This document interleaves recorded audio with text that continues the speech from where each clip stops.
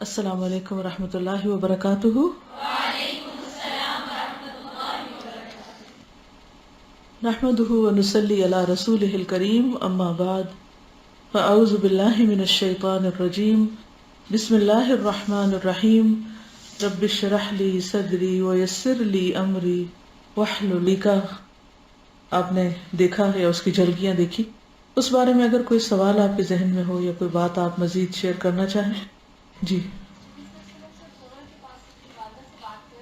ہوں اور اس میں یہ تھا کہ جیسے وہ جو ہی انہیں مطلب پتا چلا کہ اچھا میری دعا کی برکت ہوگی، اس طرح ہماری زندگی میں ایسا تھا نا کہ کچھ ایسے دکھ پریشانیاں جو بہت ہی انسرٹن ہوتے ہیں اور ہمارے اوپر تاری کے ساتھ میں انہوں نے واپس کافی درجہ رجحان کرنا شروع کیا، اور اسی طرح ہمیں بھی اپنی زندگی میں فوراً اپنے اہم کام کو بیان کرنا شروع کیا۔ اس سے بھی پتہ چلتا ہے نا کہ الٹیمیٹ پاور اور اختیار، قوت، وہ ساری کی ساری اللہ کے پاس ہے۔ لا يسأل عما يفعل، اس سے نہیں پوچھا جا سکتا یا وہ نہیں پوچھا جائے گا اس بارے میں جو وہ کرتا ہے۔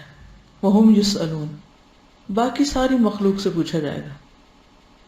چلیے آگے چلتے ہیں، آج غزوہ حنین شروع کرتے ہیں۔ غزوہ حنین عربوں کے ساتھ کی گئی پہلی جنگ بدر تھی اور آخری حنین تھی، تو اس لیے ان دونوں کے نام بھی ساتھ ساتھ آتے ہیں، بدر و حنین۔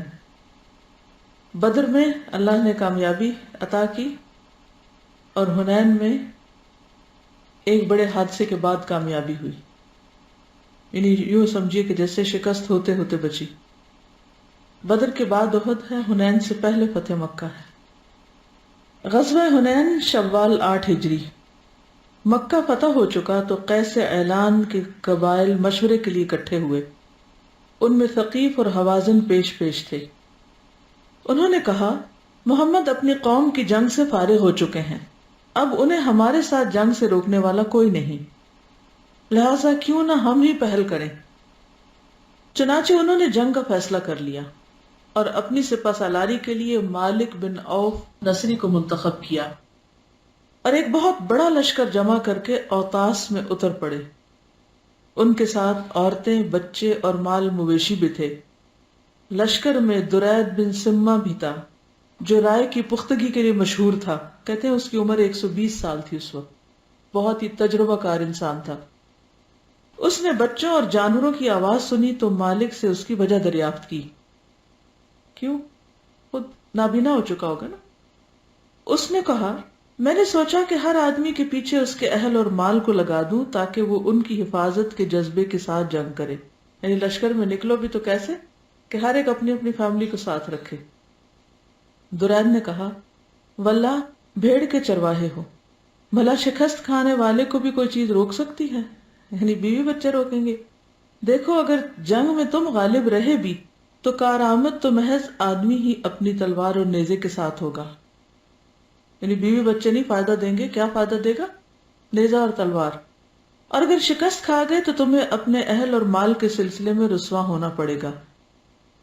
پھر درید نے مشورہ دیا کہ انہیں ان کے علاقے میں واپس بھیج دو، لیکن مالک نے اس کی رائے قبول نہ کی، بال بچوں اور مویشیوں کو وادی اوطاس میں جمع کیا اور خود فوجیوں کو لے کر وادی حنین میں منتقل ہو گیا۔ ٹھیک ہے، یعنی گھروں کو تو نہیں بھیجا، ایک جگہ ان سب کو اکٹھا کیا اور دوسری طرف جو لڑنے والے تھے وہ الگ آ گئے۔ حنین کہاں تھی؟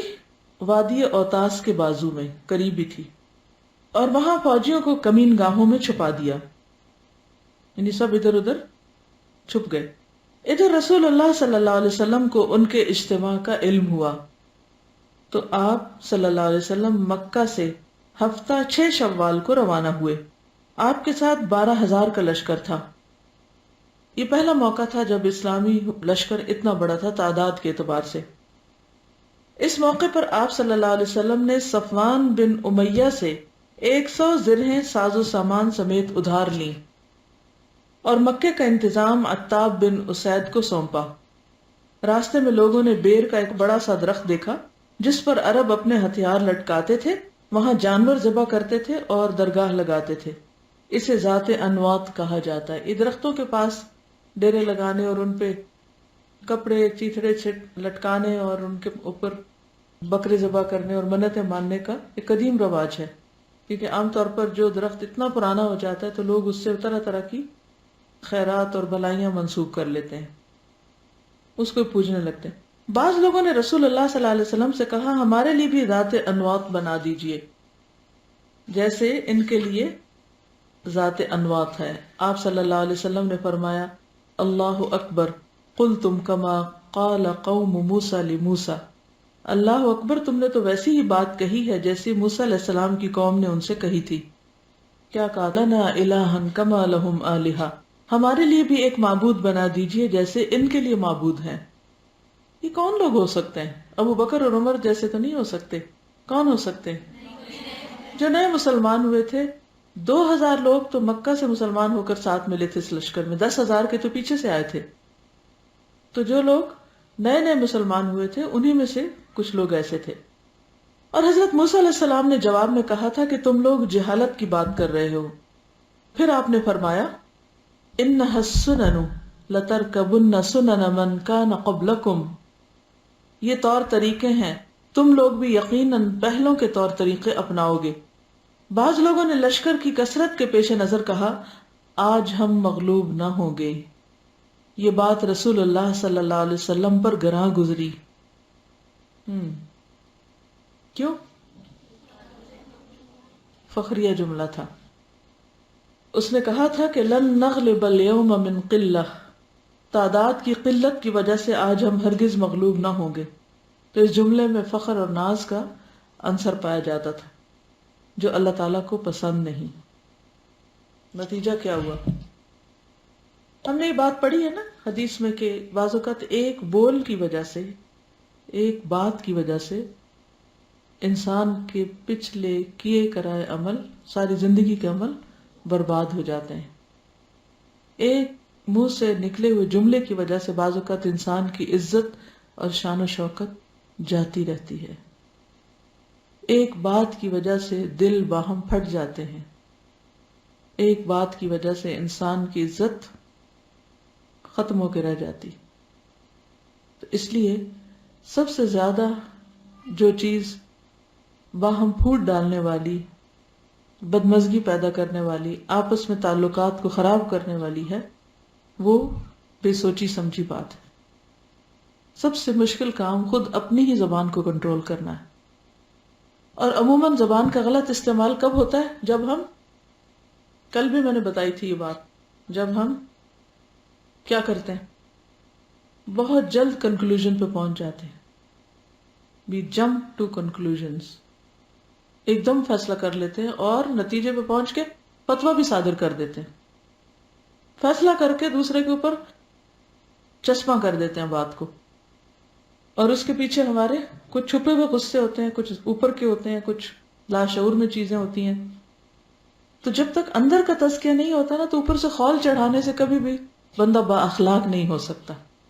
ایک ہوتا ہے اخلاق کا خول چڑھانا، اور جب خول اترتا ہے تو انسان کی اصلیت نظر آتی ہے۔ اور خول کب ٹوٹتا ہے؟ کریک کب آتے ہیں اس خول میں؟ آزمائش کے وقت، کوئی ان یوزول بات ہوتی۔ نارمل روٹین میں تو ہر شخص ٹھیک ہوتا ہے، مہذب ہی ہوتا ہے، تو بعض اوقات کوئی ناپسندیدہ صورت ہو تو اس وقت خول ٹوٹتا ہے، اور بعض اوقات خوشی کے عالم میں خول ٹوٹتے ہیں۔ یہاں کیا ہوا تھا؟ خوشی کے عالم میں بات منہ سے نکل گئی، حالانکہ سب کی بات نہیں تھی، وہ ایک شخص کی تھی، لیکن بعض اوقات ایک شخص کی بات پوری قوم کو نقصان دیتی ہے۔ آپ نے دیکھو گا کہ جب لیڈر حضرات بیان بازیاں کرتے ہیں، اخباروں میں آتی ہیں باتیں، تو اس کا نقصان کس کو ہوتا ہے؟ ان کی پوری پارٹی کو ہوتا ہے یا نہیں؟ ہاں، لیڈر بیان دے رہا ہے لیکن لوگ آپس میں لڑنے لگتے ہیں، وہ کہتے تم لوگوں نے یہ کہا، حالانکہ تم سب لوگوں نے نہیں کہا تھا، انڈیویجولز نہیں کہا ہوتا۔ تو یہاں پر آپ دیکھیے کہ جب یہ بات منہ سے نکلی، اس کے بعد یہ ہوا کہ تیسرے ہی دن مسلمانوں نے شدید قسم کی جنگ کا سامنا کیا، اور مسلمانوں کے لشکر تتر بتر ہو کے رہ گئے۔ صرف 12 آدمی حضور صلی اللہ علیہ وسلم کے ساتھ بچے جو ثابت قدم رہے، باقی سب پسپا ہو گئے۔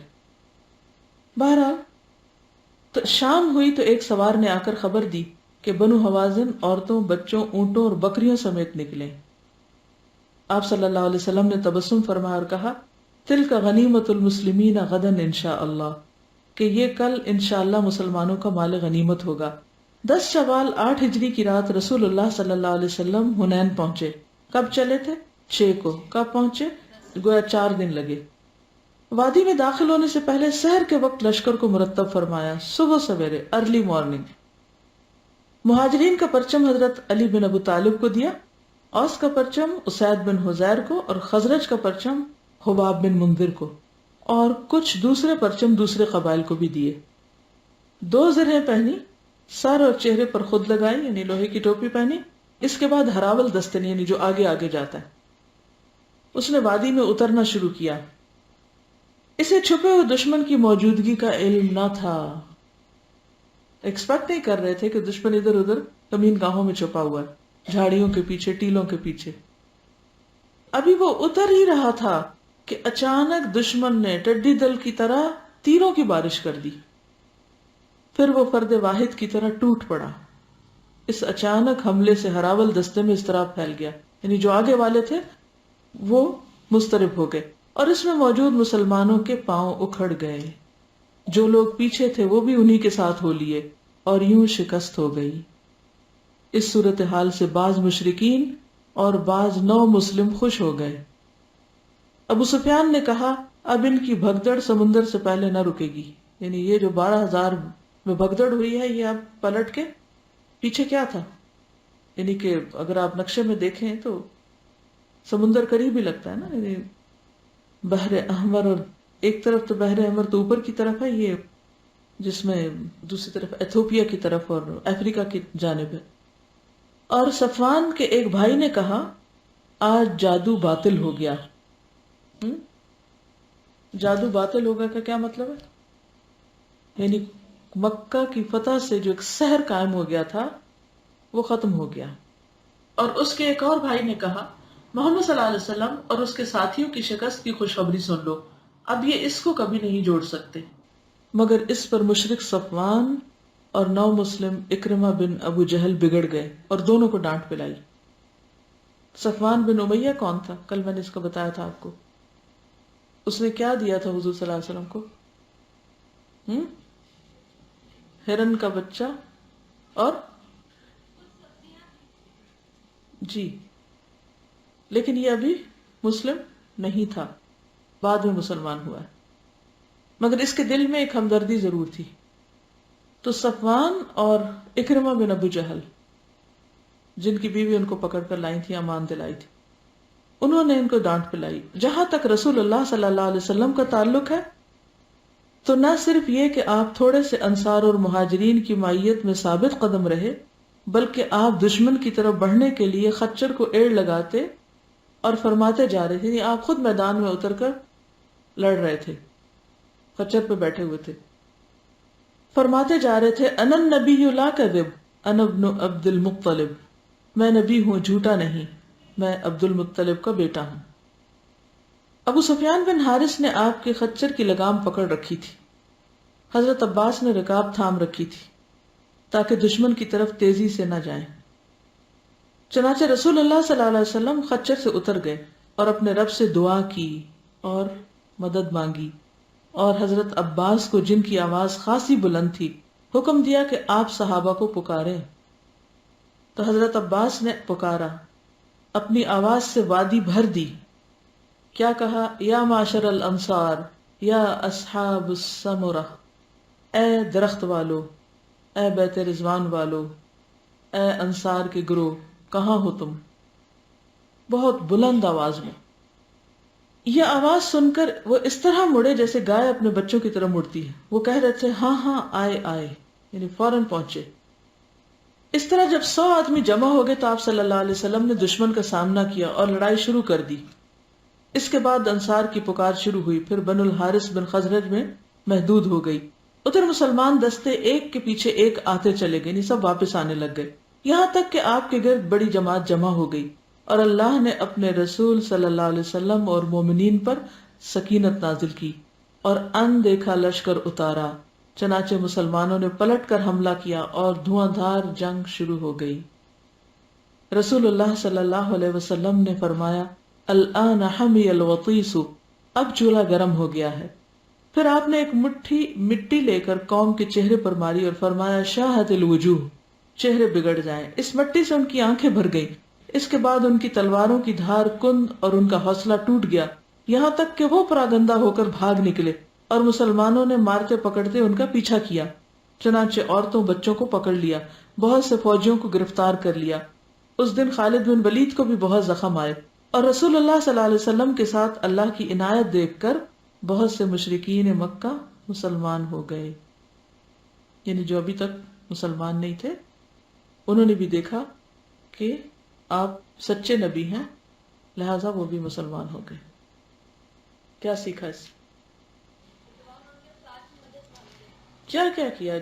آپ دیکھیے کہ اس سے بہت واضح طریقے سے ہمیں بات پتہ چلتی ہے کہ زندگی میں ڈیفیٹ کب ہوتی ہے، شکست کب ہوتی ہے، نقصان کب ہوتا ہے، کامیابی کب ہوتی ہے۔ تو آپ بتائیں گے کہ شکست کی وجوہات ہم باہر تلاش کرتے ہیں، دوسروں کو بلیم کرتے ہیں، جبکہ وہ اپنے اندر ہوتی، ہم ان کو دیکھ نہیں پاتے۔ اور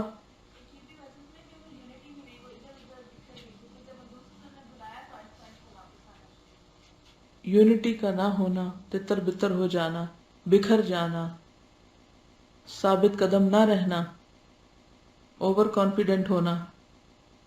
پیچھے آپ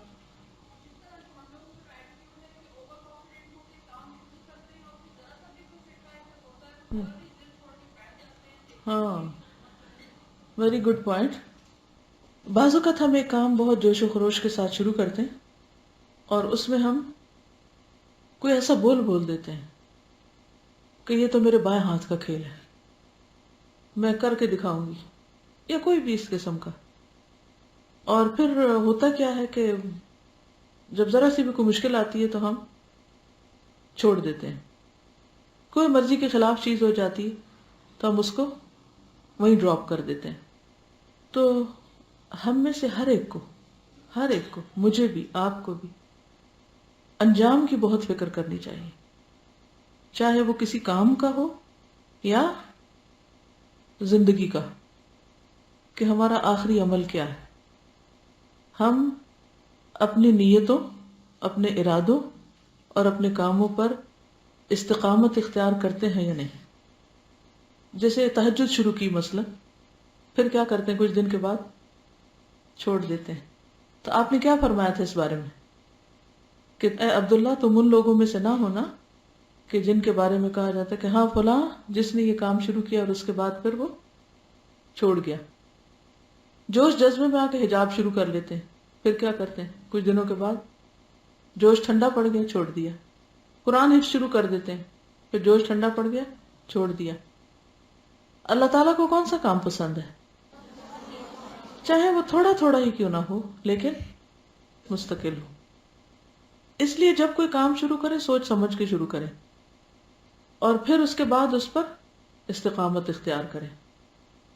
عام طور پر استقامت کی راہ میں خلل کیا چیز ڈالتی ہے؟ مشکلات۔ یہ جو آپ نے پوائنٹ اٹھایا تھا، یہ جس نے بھی بہت ہی کام کی بات کی تھی کہ صحابہ کرام نے اگرچہ مشکل آئی لیکن پھر وہ پلٹ آئے، اس پہ جم گئے۔ اگر جیسے ابو سفیان نے کہا تھا کہ اب تو یہ سمندر پہ جا کے رکیں گے، عموماً تو پھر جب انسان ایک کام کو چھوڑ دے تو دوسرے لوگوں کو باتیں کرنے کا موقع مل جاتا ہے، یہ نہیں باتیں کرتے لوگ، پھر کرتے نا، لیکن صحابہ کرام نے لوگوں کی باتوں کو غلط کر دکھایا۔ جب انہیں پکارا گیا تو انہوں نے یہ نہیں کہا کہ ہم تو بھاگنے کا سوچ چکے ہیں، اب ہم جا رہے ہیں۔ وہ پلٹ آئے، اور جب وہ پلٹے تو کیا ہوا؟ اللہ کی مدد آ گئی۔ تو یہاں یہ بھی سوچنا چاہیے کہ اللہ کی مدد کب آتی ہے؟ اللہ تعالیٰ کیا اس وقت فرشتے نہیں اتار سکتے تھے جب سب لوگ بھاگ کے جا رہے تھے؟ اتار سکتے تھے نا، تو اس وقت کیوں نہیں فرشتے آئے؟ اس وقت تو زیادہ ضروری تھے فرشتے آتے، لیکن اللہ کی مدد نہیں آئی وہاں۔ کیوں؟ صرف اسباب پہ بھروسہ تھا۔ دیکھیے اطاعت رسول کا پہلو بھی ہے نا، کہ اللہ کے رسول نے پکارا، اگرچہ عباس پکار رہے تھے لیکن حکم تو آپ ہی کا تھا نا، تو واپس پلٹ آئے.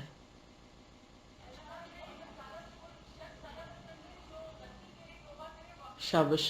اللہ کو وہ بندہ زیادہ پسند ہے کہ جس سے غلطی ہو پھر وہ توبہ کرے اور وہ پلٹ آئے.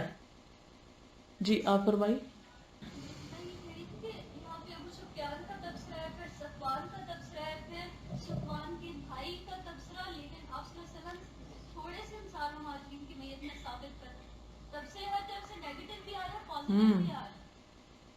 لیکن تبصروں کی وجہ سے وہ اپنے کام سے نہیں ہٹے.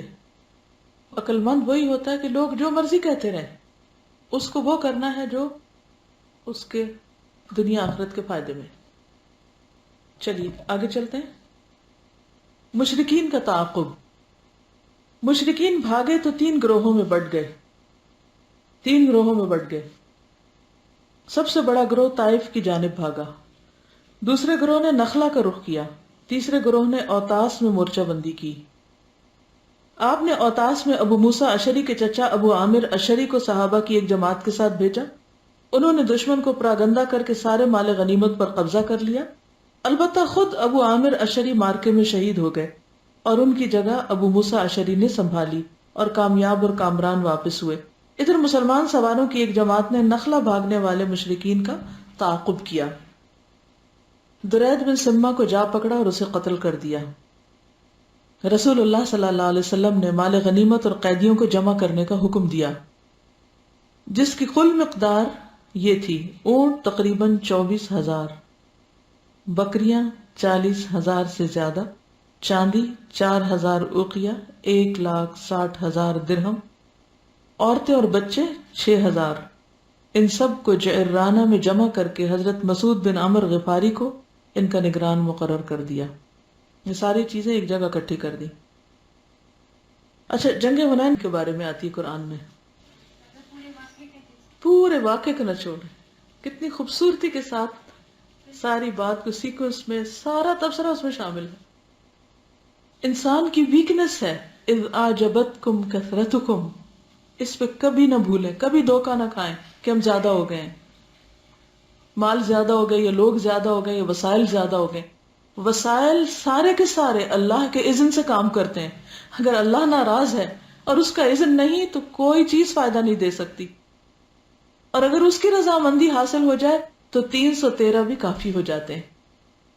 تو اصل چیز کیا ہے کہ انسان اپنی کامیابی اور ناکامی کے لیے سب پہ ٹاپ پر اللہ پر بھروسہ کرے. وسائل ضرور ہوں اس کے پاس لیکن وسائل پہ بھروسہ نہیں. اور یہ بھی یاد رکھے کہ کامیابی اللہ کی اطاعت میں ہے، نافرمانی میں نہیں.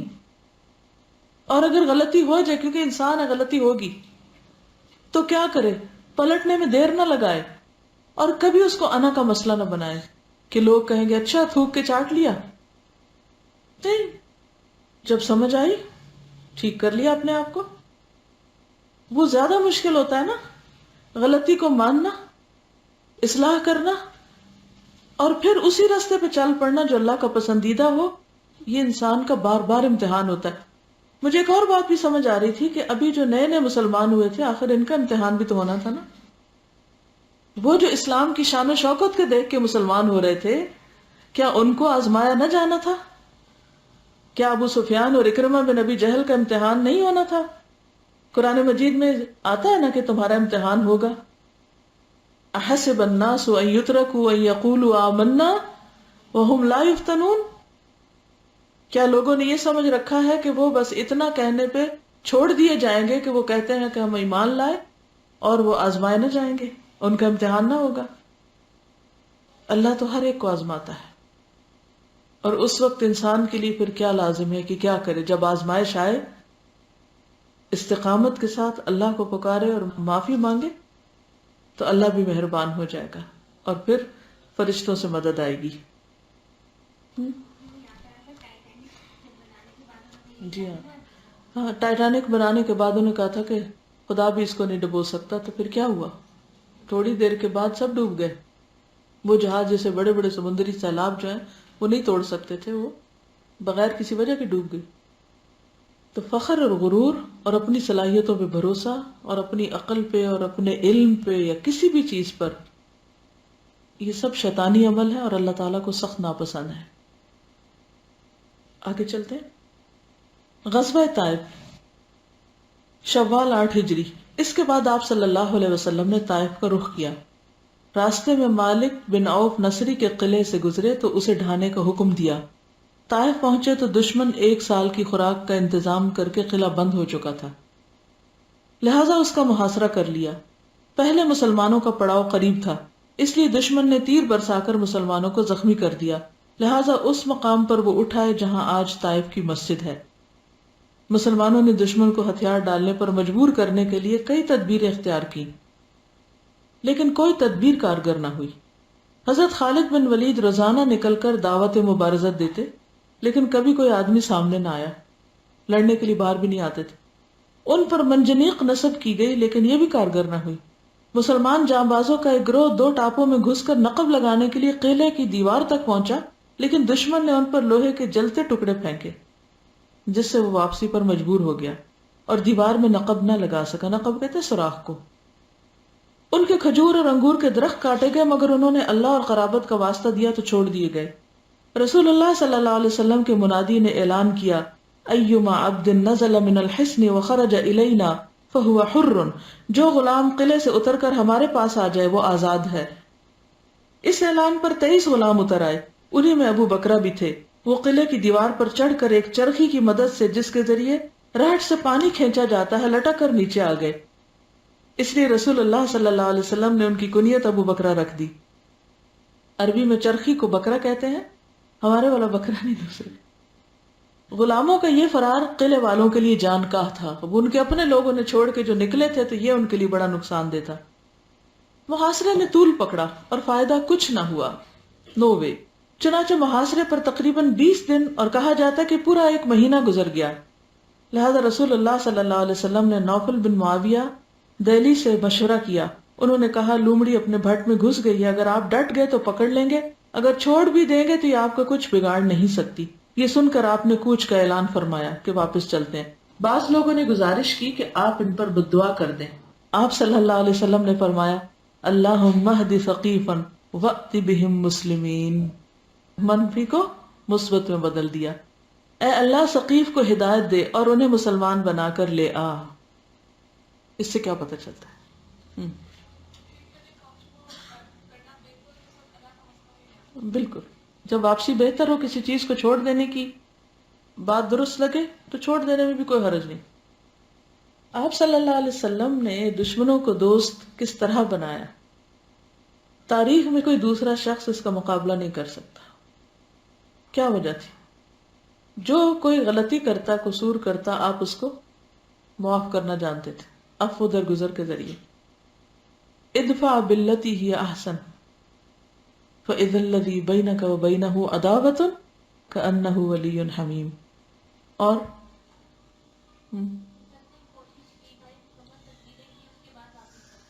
میرا سوال کیا تھا؟ دشمن کو کیسے دوست بناتے ہیں؟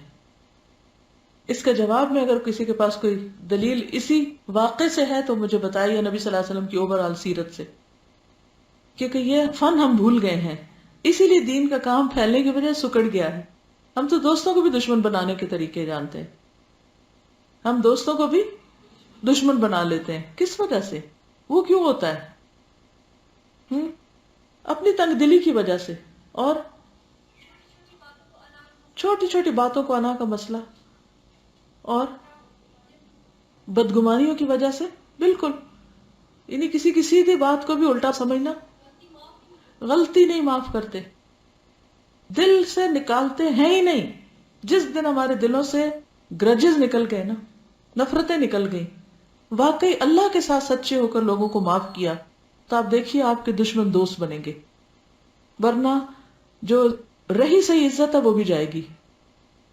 جی آپ.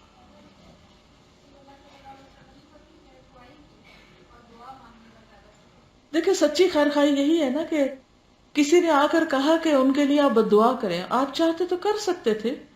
وہ انہوں نے اتنا تنگ کیا تھا آپ کو پہلے بھی. آپ کو پرانا واقعہ نہیں یاد تھا جب انہوں نے کس طرح آپ کو نکالا تھا، آپ کے ساتھ کیا سلوک کیا تھا.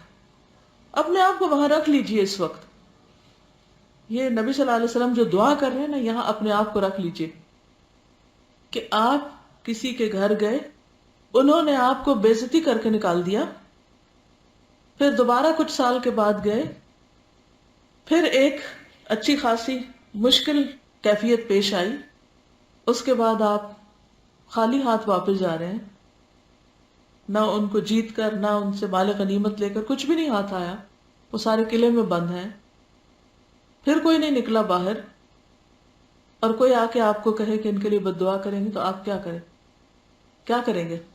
تو جولی اٹھا لیں گے. یہ بالکل صحیح مشورہ دیا. اس وقت ان کا علاج ہی یہی ہے. لوگوں کو دیکھا بد دعائیں کرتے ہیں آپ نے کبھی؟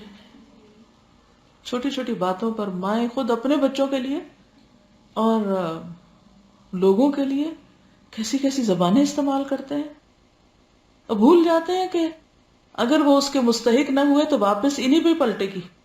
جو کر رہے ہیں نا انہی پہ ہی آنا ہے سب کچھ واپس. یعنی آپ کا یہ دعا کرنا کوئی معمولی بات نہیں تھی، یہ ان لوگوں کے لیے دعا تھی جن کی طرف سے کوئی خیر پہنچی نہیں کبھی. اور کیا دعا کہ اللہ ان کو ہدایت دے اور انہیں مسلمان بنا کے لے. اس سے پتہ چلتا ہے کہ آپ صلی اللہ علیہ وسلم کی ان ساری جنگوں کا بھی اصل مقصد کیا تھا، کہ لوگوں کو کسی بھی طرح، ایک ہوتا نا پیار سے سمجھانا، اور پھر ایک ہوتا سختی سے کسی کے ساتھ معاملہ کرنا، لیکن مقصد دونوں میں ایک ہی ہوتا ہے، کیا؟ کہ وہ سیدھے رستے پہ آ جائے. اور یہی آپ کا کردار ہے.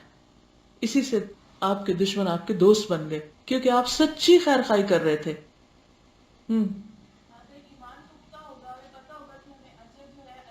اجر پر یقین ہوگا تو مشکل نہیں ہوگا، اور ہر چیز کو پرسنل لے لیتے ہیں، اپنی ذات کے خلاف لے لیتے ہیں.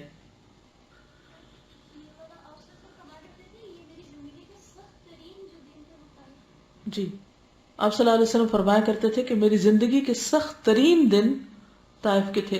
آپ اپنی زندگی کے سخت ترین دن کو یاد کیجئے، اور جن لوگوں سے آپ کو سخت ترین کوئی نقصان پہنچا ہو، سخت ترین تکلیف پہنچی ہو، اور پھر آپ ان کے لیے بیٹھ کے دعائیں کریں. بڑی کامیابی وہی پا سکتا ہے جس کا حوصلہ بڑا ہو، جس کا دل بڑا ہو، جس کا ظرف بڑا ہو، اور جو معاف کرنا جانتا ہو. اس کے علاوہ کوئی راستہ نہیں ہے. کسی کو نہ آپ مال دے کے خرید سکتے ہیں اور نہ ہی کسی اور طریقے سے. جی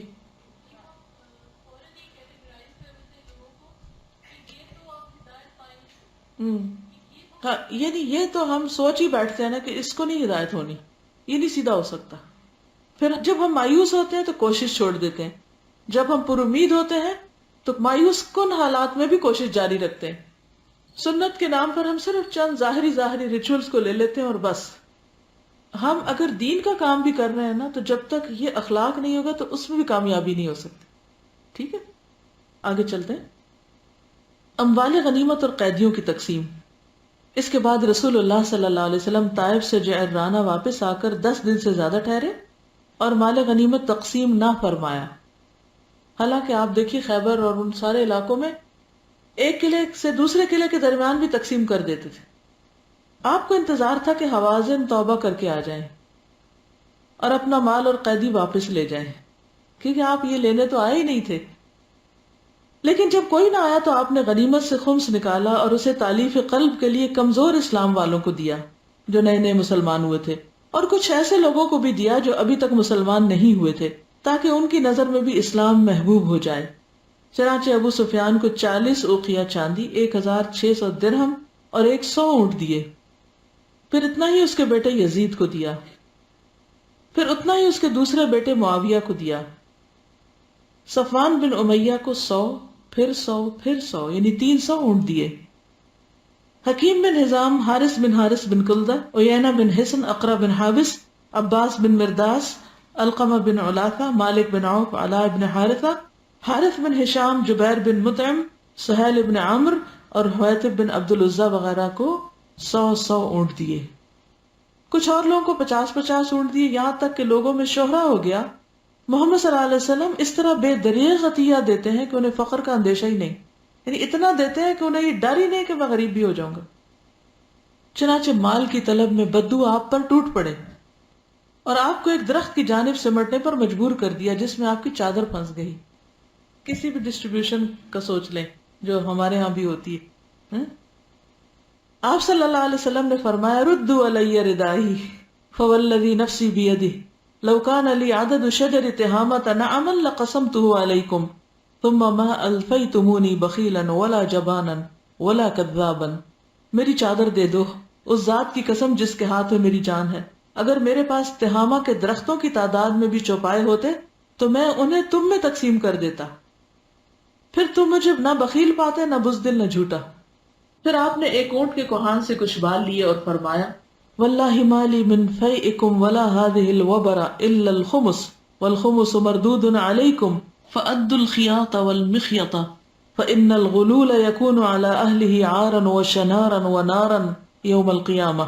واللہ میرے لیے تمہارے مال فے میں سے کچھ بھی نہیں، حتیٰ کہ اتنے سے بال بھی نہیں، صرف خمس ہے، اور خمس بھی تم ہی کو لوٹا دیا جاتا ہے، لہذا سوئی اور دھاگا تک ادا کر دو، کیونکہ خیانت صاحب خیانت کے لیے قیامت کے روز آر رسوائی اور آگ ہوگی. یہ سن کر لوگوں نے معمولی چیز تک غنیمت سے جو کچھ لیا تھا سب کچھ واپس کر دیا.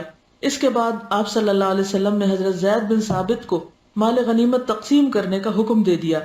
غنیمت کی مذکورہ مقدار کے حساب سے خمس نکالنے کے بعد ایک آدمی کے حصے میں جتنا مال غنیمت بنا اس کی مقدار یہ، یعنی ہر ایک کو کیا کیا ملا؟ تقریباً 1.5 اونٹ، 2.5 بکری، 10 درہم اور ایک قیدی کا 1/3 حصہ. اب اگر ایک آدمی کو 10 درہم دے کر باقی کو ایک ہی چیز دی جائے تو اس کے حصے میں یا تو صرف 4 اونٹ آئیں گے یا صرف 40 بکریاں یا ایک قیدی کا صرف 2/3 حصہ.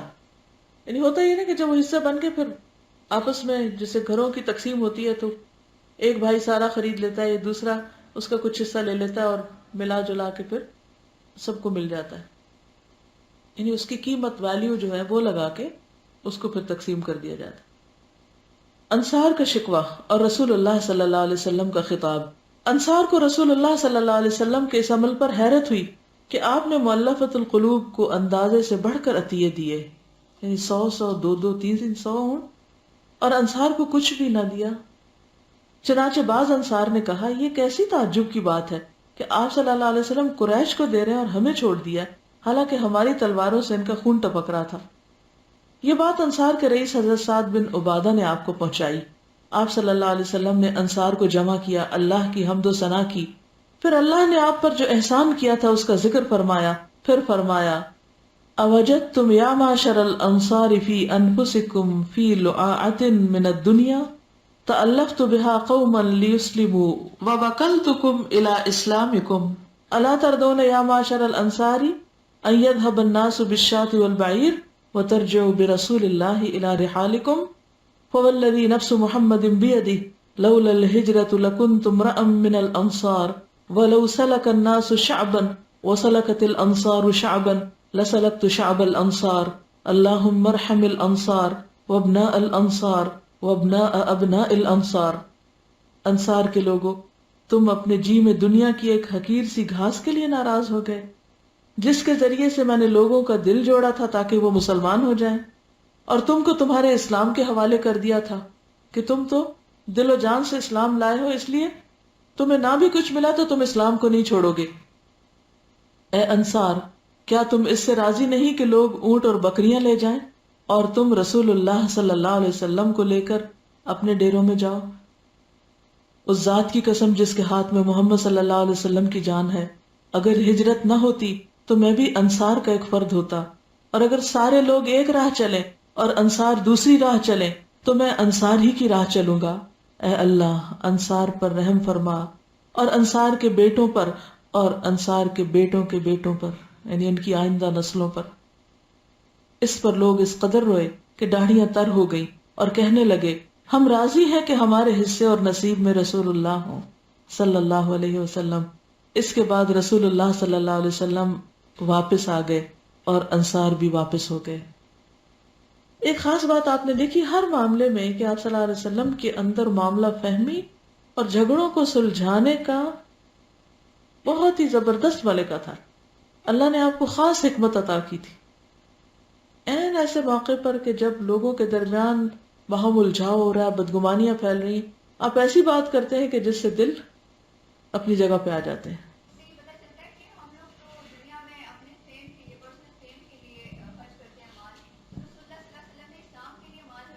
بالکل، جو ملا وہ بھی خرچ کیا اور ایک مقصد کے ساتھ اس کو بھی تقسیم کیا.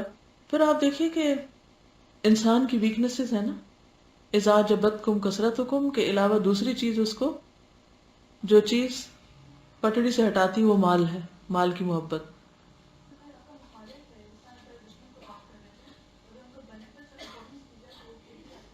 بالکل. مولفۃ القلوب کا جو قرآن میں آتا ہے نا، زکوٰۃ کے جو مستحقین ہیں، وہ اس کی عملی مثال یہاں ملتی. آپ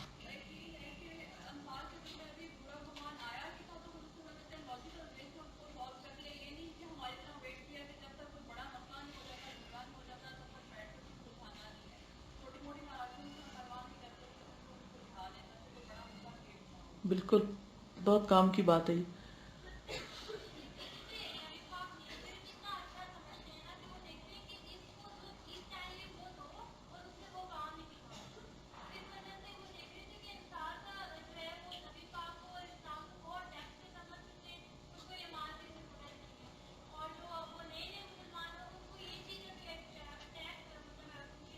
جی ہاں، پچھلے دنوں یہ بات پڑھتے رہے نا ہم کہ مزاج سمجھنا نہایت ضروری ہے لوگوں کے ساتھ صحیح معاملہ کرنے کے لیے. معاملے کو ابہام نہیں چھوڑا، آپ نے کیا کیا معاملے کو واضح کر دیا.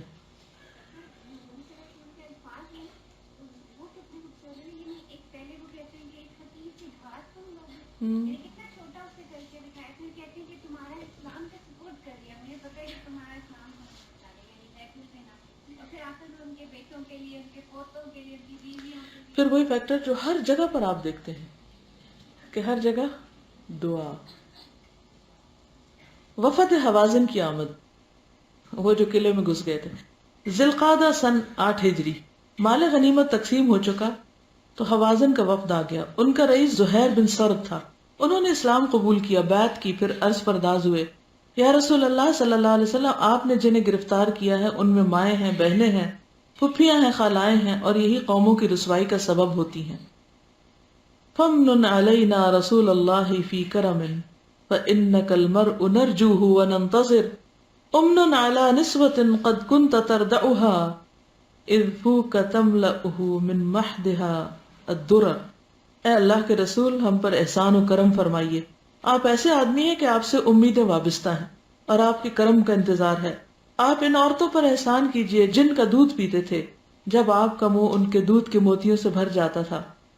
اور مزید چند اشعار کہے. آپ صلی اللہ علیہ وسلم نے فرمایا، ان معی من ترون وان احب الحدیث الی اصدقہ فاختاروا اما السبی واما المال. میرے ساتھ جو لوگ ہیں انہیں دیکھ ہی رہے ہو اور مجھے سچ بات زیادہ پسند ہے، لہذا قیدی اور مال میں سے کوئی ایک چیز چن لو. انہوں نے کہا، ہمارے نزدیک خاندانی شرف کے برابر کوئی چیز نہیں، ہماری عورتیں اور بچے ہمیں واپس کر دیجئے اور ہم بکری اور اونٹ کے بارے میں کچھ نہ بولیں گے. آپ صلی اللہ علیہ وسلم نے فرمایا، اذا صلیتوا الظہر فقوموا واظہروا اسلامکم وقولوا نحن اخوانکم فی الدین ثم قولوا انا نستشفع برسول اللہ الى المسلمین وبالمسلمین الى رسول اللہ ان يرد الینا سبینا. اچھا تو جب میں ظہر کی نماز پڑھ لوں تو تم لوگ کھڑے ہو جاؤ، اپنے اسلام کا اظہار کرو اور کہو کہ ہم بھی آپ لوگوں کے دینی بھائی ہیں. پھر کہو کہ ہم رسول اللہ صلی اللہ علیہ وسلم کو مسلمانوں کی جانب اور مسلمانوں کو رسول اللہ صلی اللہ علیہ وسلم کی جانب سفارشی بناتے ہیں کہ آپ ہمارے قیدی ہمیں واپس کر دیں. ان لوگوں نے ایسا ہی کیا. جواب میں رسول اللہ صلی اللہ علیہ وسلم نے فرمایا، اما ما کان لی ولبنی عبد المطلب فہو لکم وسأسأل الناس. میرا اور بنو عبد المطلب کا جو حصہ ہے وہ تمہارے لیے ہے اور میں ابھی لوگوں سے پوچھے لیتا ہوں. اس پر انصار اور مہاجرین نے کہا، جو ہمارا حصہ ہے وہ رسول اللہ صلی اللہ علیہ وسلم کے لیے ہے. البتہ بعض اعراب مثلا اقرا بن حابس، عیینہ ابن حصن اور عباس بن مرداس نے انکار کیا. آپ صلی اللہ علیہ وسلم نے فرمایا، من طابت نفسه ان يرد فسبيل ذلك والا فليرد وله بكل فريدة 6 فرائض من اول ما يفيء الله الينا. جو بخوشی واپس کر دے تو بہت اچھی راہ ہے، ورنہ واپس تو بہرحال کر دے، اور آئندہ جو سب سے پہلا مال فہ حاصل ہوگا اس سے ہم اس کو ایک حصے کے بدلے 6 حصے دیں گے. اس کے بعد عیینہ ابن حصن کے علاوہ سارے لوگوں نے بخوشی واپس کر دیا، اور نبی صلی اللہ علیہ وسلم نے سارے قیدیوں کو ایک ایک قبطی چادر عطا فرمائی. قیدی واپس کرنے کے بعد اب ایک آدمی کے حصے میں یا تو صرف 2 اونٹ آتے تھے یا 20 بکریاں، کیونکہ انہوں نے کہا تھا نا کہ ہم مال نہیں لیں گے، صرف ہمارے عورتیں اور بچے واپس کر دیے جائیں. اب آپ دیکھیے کہ نبی صلی اللہ علیہ وسلم نے اس موقع پر سب سے پہلا کام کیا کیا؟ دوسروں کو کہنے سے پہلے اپنا حصہ واپس کیا اور اپنے خاندان کا واپس کیا. جب آپ نے اپنا عملی نمونہ پیش کر دیا تو پھر مشکل ہی نہیں ہوئی. ہم بعض اوقات اس مشکل کا شکار رہتے ہیں نا، یا ہم کمپلینٹس کرتے ہیں کہ لوگ ہماری بات نہیں مانتے. کبھی آپ کو یہ مشکل پیش آئے کہ لوگ آپ کی بات نہیں سنتے؟ ہوتا ہے؟ کبھی آپ نے سوچا کیوں؟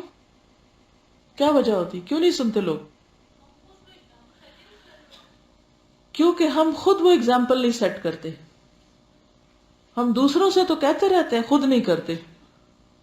تو جو کام ہم خود نہیں کرتے اسے دوسروں سے کہنے کا حق بھی کیا ہے کہ تم کر لو.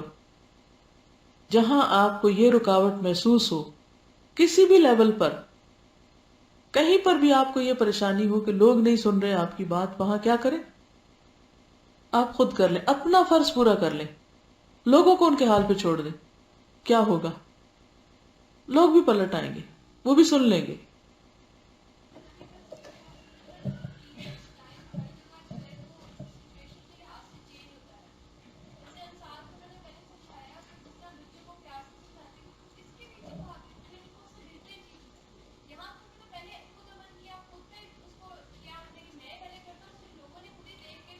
جی، اور جو نہیں دے رہے تھے ان کو مزید سمجھایا اور ان سے نکلوانے کا اور طریقہ اختیار کیا کہ اچھا تمہیں 1 کے بدلے 6 ملیں گے، اب تو دے دو. کیونکہ آپ ان لوگوں کا جو سوال تھا اس کو ٹالنا نہیں چاہتے تھے. اور میں سمجھتی ہوں کہ ہمیں اپریشیٹ کرنا چاہیے جو بات لے کر آیا، جو سفیر تھا، اس کی گفتگو کو بھی، کہ اس نے کس اچھے طریقے سے اپنا مقدمہ پیش کیا، کس اچھے طریقے سے بات کی کہ وہ بات آپ کے دل میں اتر گئی اور آپ ہر قیمت پر اس کی مدد کرنے کو تیار ہو گئے. عمرہ جعرانہ، ذی القعدہ 8 ہجری. مال غنیمت کی تقسیم سے فارغ ہو کر رسول اللہ صلی اللہ علیہ وسلم نے عمرے کا احرام باندھا. یہی عمرہ جعرانہ ہے. اور عمرے سے فارغ ہو کر مدینہ واپسی کی راہ لی، اور ذی القعدہ کے 6 دن یا 3 دن باقی تھے جب آپ صلی اللہ علیہ وسلم مدینہ پہنچ گئے. بنو تمیم کی تعدیب اور ان کا قبول اسلام. محرم 9 ہجری. محرم 9 ہجری میں مدینے میں خبر پہنچی کہ بنو تمیم قبائل کو جزیہ نہ دینے پر رخصار رہے. رسول اللہ صلی اللہ علیہ وسلم نے عیینہ ابن حصن فزاری کی قیادت میں 50 سواروں کا ایک دستہ بھیجا. اب دیکھیے کہ عیینہ جو ہے یہ ابھی تو مسلمان ہو رہے ہیں. انہوں نے صحرا میں حملہ کر کے ان کے 11 آدمی، 21 عورتیں اور بچے گرفتار کر لیے اور مدینہ لے آئے ان کو. یہ جو خوبی ہے آپ کی کہ آپ نے کبھی گرج نہیں رکھی، سب نے مال واپس کر دیا، عیینہ نے نہیں کیا. اب ہونا تو یہ چاہیے تھا کہ آپ عیینہ سے ایسا ناراض ہوتے کہ اس کے بعد انہیں کوئی کام نہ دیتے اور ان کو لٹکتا چھوڑ دیتے. لوگوں کے دل اس طرح جیتے جاتے ہیں، ان کی غلطیوں کو درگزر کر کے، ان کو اگنور کر کے، پھر ان کو اعتماد دینا، پھر ان کو معاف کر دینا، پھر ان سے کام لینا. تو یہ آپ کے ان پر اعتماد کا اظہار تھا. وہ دل میں جو بھی تھے اس کا معاملہ اللہ کے سپرد. ہم بار بار ایک بات دہراتے رہتے ہیں، آپ کو نہیں پتا اس کی نیت کتنی کھوٹی. مجھے تو واقعی نہیں پتا، مجھے کہاں سے پتا چلے کھوٹی ہے کہ نہیں، میں تو نیتوں کے حال نہیں جانتی. آپ کو نہیں پتا اس کے دل میں آپ کے خلاف کیا ہوا، نہیں پتا مجھے، میں تو صرف ظاہر کو دیکھ سکتی ہوں. تو نقصان جب ہوتا ہے جب ہم جو کام اللہ کے وہ اپنے ہاتھ میں لینے کی کوشش کرتے ہیں، پھر ہم کہتے نہیں وہ تو ان کے عمل سے ظاہر ہو رہا ہے نا، پھر کیوں دھوکہ کھانا. ہاں ہو رہا ہے، لیکن اس کام کے لیے یہی شخص کیپیبل ہے، لہذا اس سے کام لو، اس کو موقع دو، ہو سکتا ہے اس طرح وہ بھی تبدیل ہو جائے. اگر آپ غلط کار لوگوں کو چھوڑ دیں تو نقصان کیا ہوگا، نتیجہ کیا ہوگا؟ وہ درست ہو جائیں گے، ان کی اصلاح ہو جائے گی. کیا بائیک آؤٹ کرنے سے اصلاح ہو جایا کرتی ہے؟ قطعاً نہیں. اور یہ اور مشکل کام ہوتا ہے نا کہ آپ کے سامنے وہ شخص ہو جس کو آپ سمجھا چکے ہوں، بار بار بات کہہ چکے ہوں کہ یہ کرو یا یہ نہ کرو، اور پھر وہ وہی کر رہا ہو، اور پھر آپ اس پر اعتماد کر کے پھر آپ اسے کام دے دیں. یعنی حیرت نہیں ہوتی آپ کی سمجھداری، آپ کی فراخ دلی اور آپ دیکھیے کہ یہ سارے اخلاق اس وقت مسلمز تو ان سے ہاتھ دھو بیٹھے، لیکن جو ترقی یافتہ قوم ہے اس وقت کی، وہاں آپ کو کسی نہ کسی شکل میں یہ سب چیزیں ملیں گی.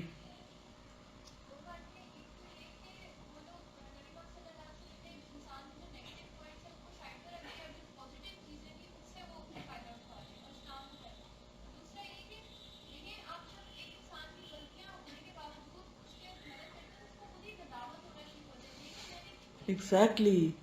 جو بات آپ کسی کو نصیحت سے نہیں سمجھا سکتے وہ حسن سلوک سے سمجھا سکتے ہیں. ہمیں صرف ایک طریقہ آتا ہے لیکچر دینے کا، بس چاہے کوئی سنے یا نہ سنے، لیکن صرف لیکچر سے سب نہیں سمجھتے، صرف نصیحتیں کرنے سے یا صرف ڈانٹ ڈپٹ سے نہیں. حسن سلوک سے بہت سی باتیں سمجھائی جا سکتی ہیں.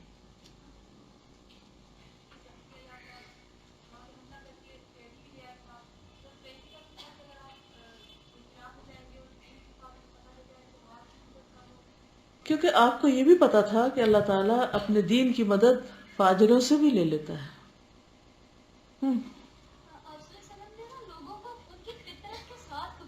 یس. ہاں